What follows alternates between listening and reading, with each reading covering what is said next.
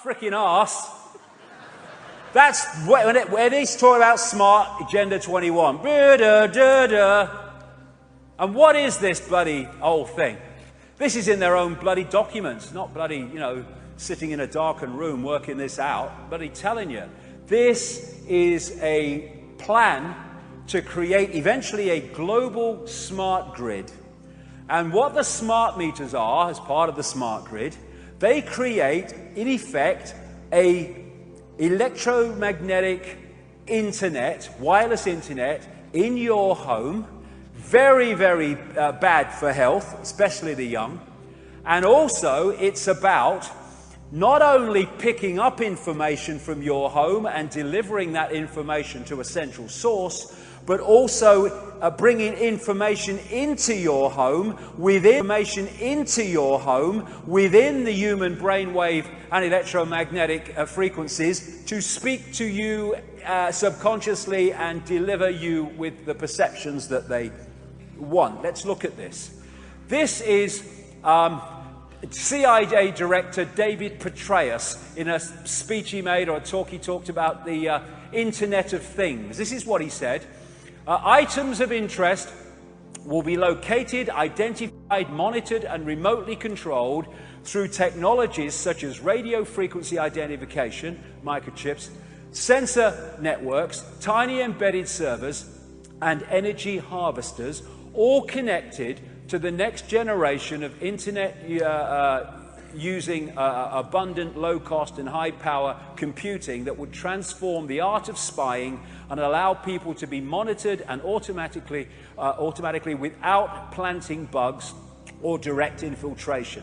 He said that this involved new technologies which added processors and web connections to previously home appliances like fridges, ovens, lighting systems. Remember that for a second. This is known as the Internet of Things. Petraeus has confirmed that people would be watched through televisions. These are Orwell's screens. So the idea of the smart meters is to create this energetic environment, this information environment, which is delivering information about you to the authorities and delivering information from the authorities at the subconscious level to speak to you. The smart grid is watching you. And the idea then is to connect these grids in different countries into a global grid. They talk about it in their documents. And, on just the health dangers alone, especially to children, this is the American Academy of Environmental Medicine. The board of AAEM opposes the installation of smart meters in homes and schools based on scientific assessment of the current medical literature, which raises credible questions about genetic and cellular effects, hormonal effects, male fertility, yes, blood-brain barrier damage, and increased risk of certain types of cancers from RF or ELF levels similar to those emitted from smart meters. The board finds it unacceptable from a public health standpoint to implement this technology until these serious medical concerns are resolved. We consider a moratorium of installation of wireless smart meters to be an issue of the highest importance. Ignored because why? It's the agenda for Agenda 21. This lady thought she'd go green. She doesn't have to quite yet, but they wanted to very shortly in America, with these green anything but bulbs. Which are now being imposed upon us in Europe, of course, and other places around the world. And she thought she'd buy some of these things. These bulbs have got mercury in them. And she put one in her daughter's bedroom. And it broke. So she called Home Depot and asked them what she should do. And they said, well, you better call the state authorities and they'll tell you. And they told her she had to employ this private company to come and clean up her daughter's bedroom of this contamination from mercury. And it cost her $2,000 for one light bulb. And if you look at the British health advice and regulations for these things when they break, it's do everything but evacuate your bloody home. It is ludicrous. These mercury bulbs are going to go and are going onto, open bloody rubbish sites and tips, and they're going to break, of course they are, and the mercury's going to get in the groundwater supplies and all that stuff. And we're talking billions and billions that are used around the world. And the other thing about this, you know what that is? That is a transmitter of information. That's what that is, and I'll tell you what I mean. Red flag when any authority doesn't say, we encourage you to use these, but says, no, no, you are going to use these because we're going to ban the bloody alternative. That's what they've done with these bulbs. And when they do that, it's the agenda. And when it's the agenda, it is more than what seems to be the case, and it's always about human control and often increasingly destroying human health. The woodpecker signal came about, I think it was in the 1970s, came to light, and it was a signal that the Soviet Union was broadcasting into America, and they called it the woodpecker signal because it was going rat-a-tat-tat, rat-a-tat-tat like a woodpecker. And what it was doing was delivering subliminal information into America to affect the perceptions of Americans. And these two guys, Dr. Robert Beck, an expert in nuclear engineering, and Dr. Michael Pessinger of the Laurentian University in Canada, an expert in extremely low-frequency radiation, they made a study of the potential of electromagnetic mind control. This is what the smart meters are, electromagnetic mind control.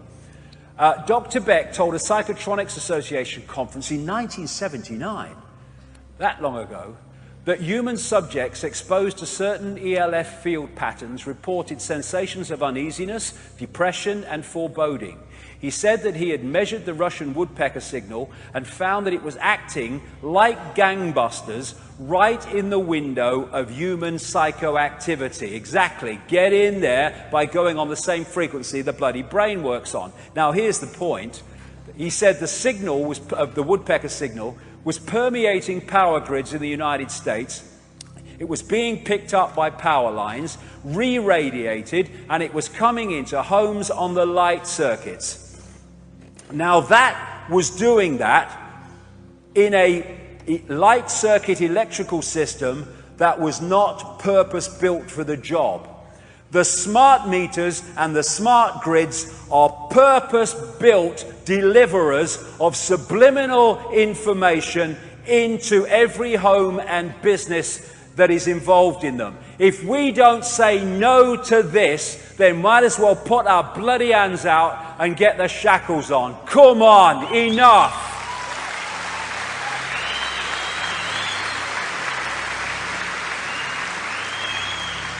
And all the things these bloody lights do to people, they're not even any bloody good. You got a hotel with them in, I never put them on. Which, when you bloody do, you can't read anything. They're rubbish, because that's not what they're there to do.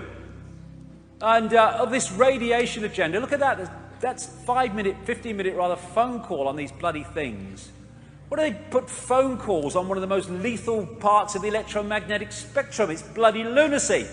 But it's not if you know what they're trying to do. So what we see with all these transmitters and stuff is they're creating a sub-reality, an electromagnetic field, information field, to feed us information and another level of the fake reality.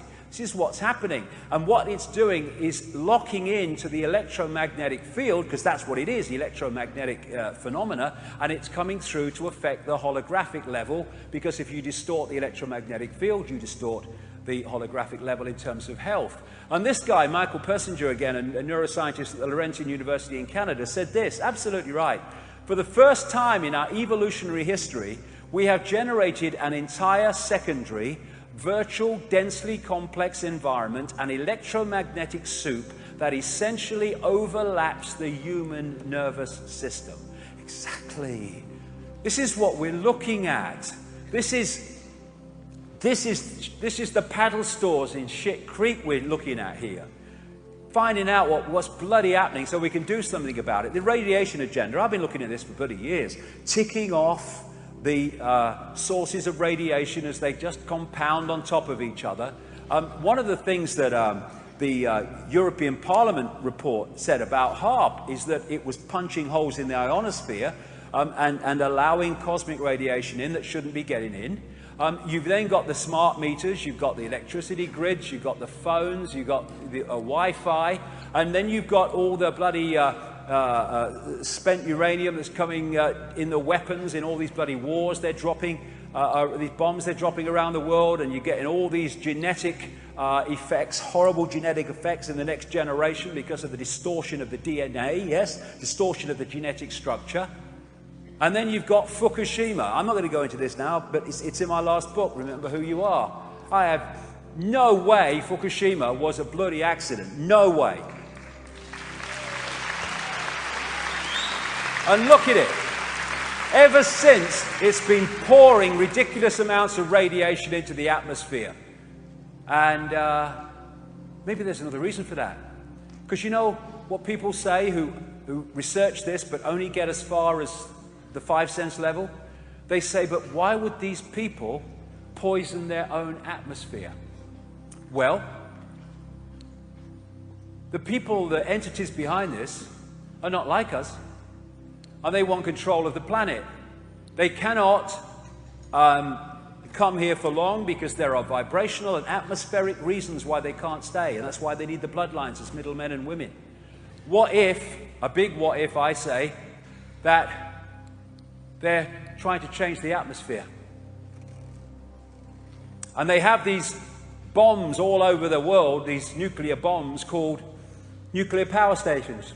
And I talked to a lady in the 1990s at length, a lady called Dr. Kitty Little. She was an Oxford Don, getting on in years at the time, and she had been massively involved in the nuclear industry, government level and stuff, various institutions. And she told me at the time, she said, you know, the Rothschilds were absolutely the people that brought in nuclear power. They were the ones that made it happen. And if the Rothschilds do it, there is an agenda for human control or human negative effects, because that's all they bloody do. So what about if they're changing the atmosphere? And another thing they say, people say, is why would they destroy their own planet? Well, this planet's different to the ones that they operate on. These bloodlines are the ones that are destroying the frickin' planet. These are the corporations destroying rainforests. People like Monsanto are destroying massively species diversity, so we're becoming a monoculture. The planet is being killed by these people. The organic planet is being killed by the inorganic. Monsanto wants to replace all natural crops and seed varieties worldwide with genetically modified species. They are creating the GMO superweeds, which are creating mayhem. This is the Archon world, what the corporations are doing to the rainforests. And the bloody Greens ought to turn their bloody heads at this part of the agenda and not be diverted away from this bollocks which is being orchestrated by the people doing this. It's interesting that they talk about the Grim Reaper in terms of genetically modified food. The Grim Reaper, yeah, Saturn.